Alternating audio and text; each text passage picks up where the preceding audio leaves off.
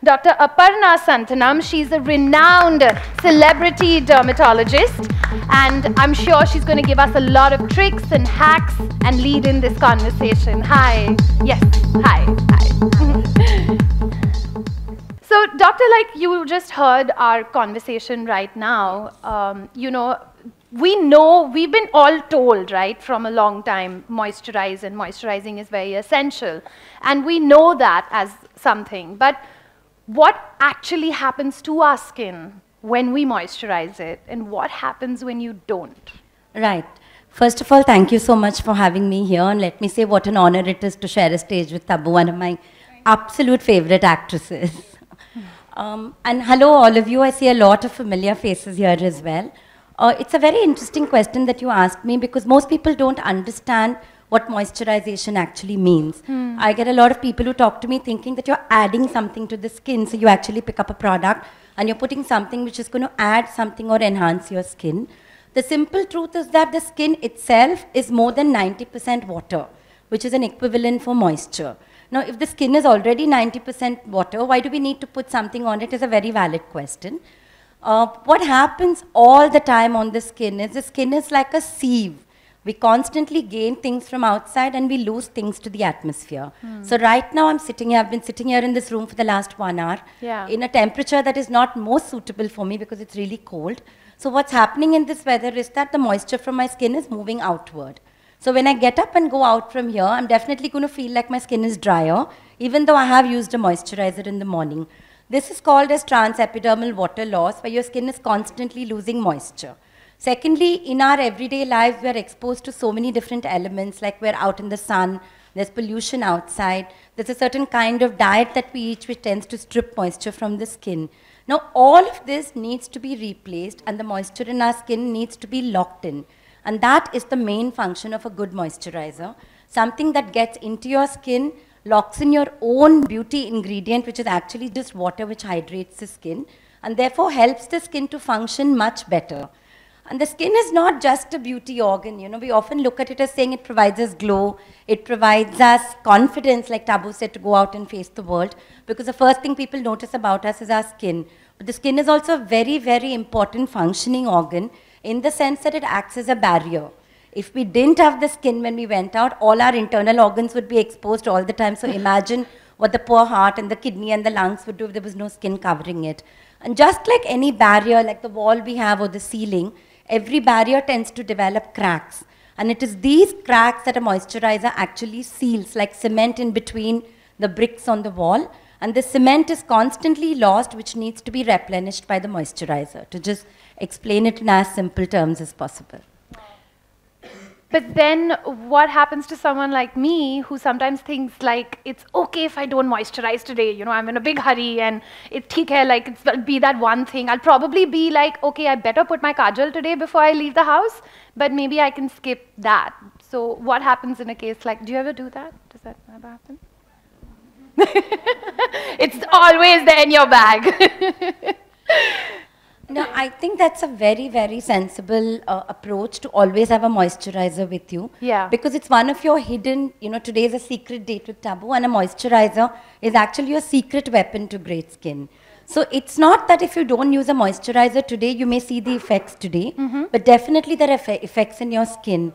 You tend to develop, like the wall develops little cracks. You know, living in Bombay, we all know how there's seepage in the walls. The seepage doesn't happen overnight.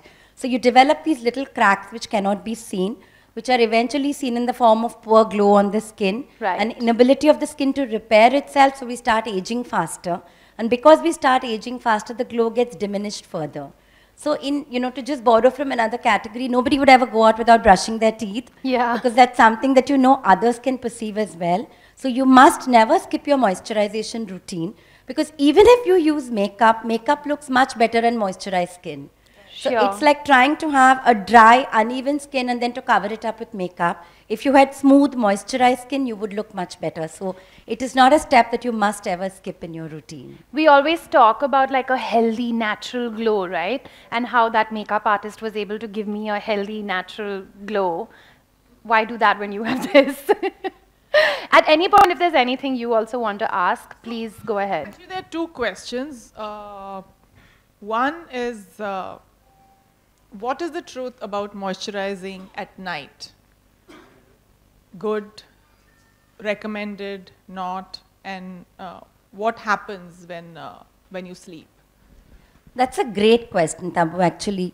See, there are two reasons why it is much better in places like India and especially places like Bombay to moisturize at night. One is that during the daytime, when you're out in the sun all the time, you're sweating. So a lot of products that you may put on your skin may actually feel a little stickier, Yes. may feel a little bit more uncomfortable if you have to layer them on in the daytime. Secondly, what we do during the day is actually heaping insults on ourselves, right? In every single way, we're outside, we forget to hydrate ourselves, we don't drink enough water. If we are, in your case, shooting for a long period, or even other people who are traveling out to work and coming back, very often you forget to do the little things saying, I need to moisturize my skin, let's say, after 6 hours or 8 hours. So the skin is undergoing micro damage right through the day. When we come back home in the evening and we're actually unwinding and we're getting to bed, that's the time when we have a little more time to focus not only on the face, but essentially on the body, which is a very neglected part of most people's beauty routine. Right. Most of us in India never look neck below to see what we can do to our body. Everything is about the face. But at night, you do have the time and the mind space to actually pick up a moisturizer and focus on those areas, one which tend to get drier, and two which tend to become drier over time, even chronologically. There are certain parts of the body which age faster, which tend to show the dryness faster. Thirdly, when we sleep at night, there are certain hormones which are secreted, which actually relax the skin and help it to replenish and repair itself. And that's the point at which if we give it a little more help, the skin will, repair itself a little bit better. So it's like going to the gym and working out. If we support it with a good diet, then we lose weight faster. So similarly, the body itself is repairing itself at night. If at that time you also add on a moisturizer, you actually replenish those healing properties.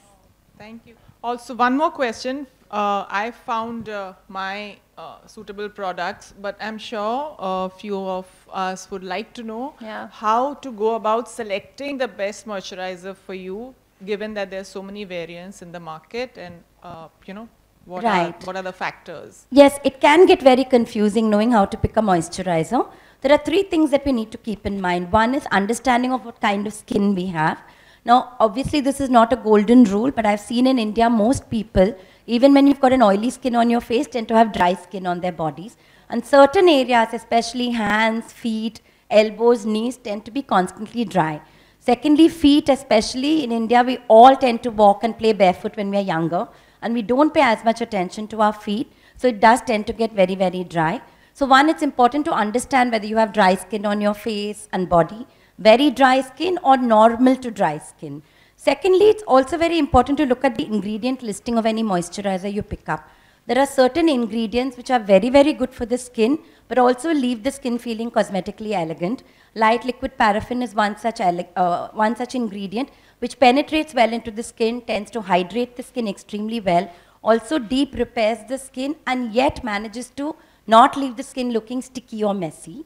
It's also important to look for ingredients like cocoa butter, which especially in the winter season tend to nourish you much better, and glycerine, which is a very important ingredient in moisturizers, because glycerine is something which is called a humectant. Now, a humectant is something which actually pulls moisture from the atmosphere and locks it back into your skin. So if I use a product with glycerine, even sitting in a dry AC atmosphere, I'm unlikely to lose the moisture to the skin. So it's important to look out for these ingredients like cocoa butter, like liquid paraffin. And of course, petroleum jelly itself is a wonderful ingredient, especially for those areas which are super dry. So specifically, what would be like some of the areas that we should concentrate on at night? Okay, I really love this question because there's a lot of misconception with this question. Everyone focuses on their face, especially when they want to look younger, right? But I'm going to tell you something that's quite different. The first place where your age is given away is your neck and the back of your hands.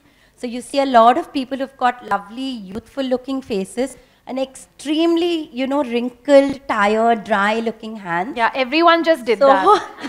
So when you open your moisturizer, before you even put it on your face, first put it on the back of your hands. Focus on areas like the neck, which tend to give away your age faster. As I mentioned earlier, definitely the feet, because we as Indians tend to get cracks on our feet and very hard heels. And 3 or 4 other areas is the elbows, the knees, the back of the knees, these areas tend to get very dry.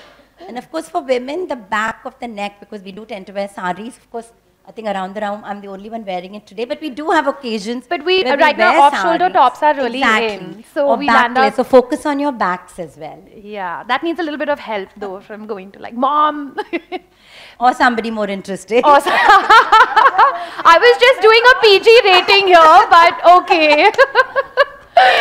But also, ladies, just to pick up on what Doctor just said, we also have arranged a moisture meter here for you because Tabu also was very keen that everyone should understand what kind of skin you have and that the routine is correct to your skin. So when this whole conversation is done and after you finish all your one-on-ones, don't forget we've got that experiential zone where you can also go and test it, because a lot of us tend to feel like, okay, I know what my skin type is, but I truly believe that it's going to change in the next couple of days because it'll change with the weather, right? Yeah. I think, one of the things to understand is the skin is not a static organ. Yeah. Every 30 days, we get new skin on the top layer. And the skin is constantly moving and changing. So what products may suit you in the month of May may necessarily not suit you in the month of November and December. Right. And therefore, understanding your skin and, Tabu mentioned sleep, which is very, very important because sleep induces something called circadian rhythms. If you don't sleep well for 5 days, the first reflection is on your skin, and you may not even realize it, but you'll apply more makeup without realizing, Again, especially areas like around the eyes, you'll start layering the makeup more, that you've not slept enough. So I think that's a very valid point. It's important to be in touch with our skin on an ongoing basis to understand it. This season especially, I call it the killer season because between Ganpati and Christmas, we all tend to indulge in a lot more desserts.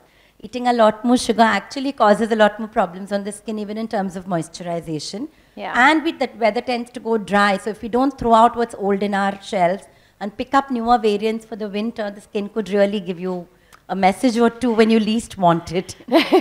That is something that a lot of us tend to do. I still have this cream, I'm just going to keep it going and not chuck it away. And Doctor, I also wanted to ask you one thing.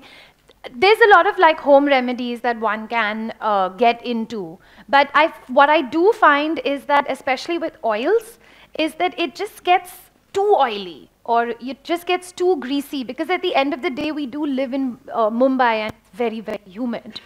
So what is one supposed to do, or how is one supposed to balance that out? Is there an alternative? Right. See, India is a country rich in traditional and home remedies, and all of us have some secrets or the other which have been passed down in our families. But what one must clearly understand is most of these home remedies were employed by our mothers and grandmothers at a time when they spent a lot of time at home. So some of these, like, if I'm cooking and I'm making something, I've taken the malai off the top of my milk and I've put it on my skin. That's great if I know in another 4 or 5 hours I'm going to be doing it again. Because many of them are non-standardized methods. They will act for short periods of time, and it's not suitable for people like us who've got busy lives. You probably spend 10 minutes, if you're lucky, in the morning focusing on yourself, and 10 minutes at night.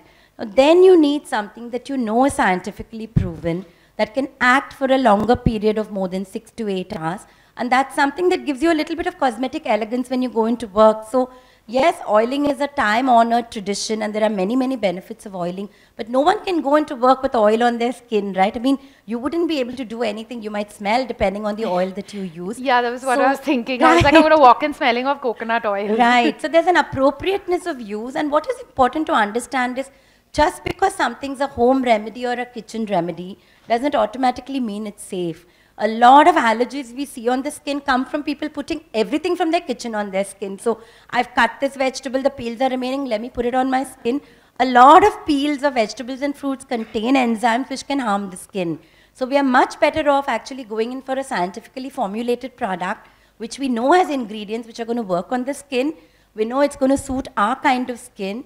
And while I'm not knocking home remedies here, it's not a sustainable solution for modern women who are engaged in many other pursuits outside their homes. All right, Doctor, thank you so much, and thank you for joining us.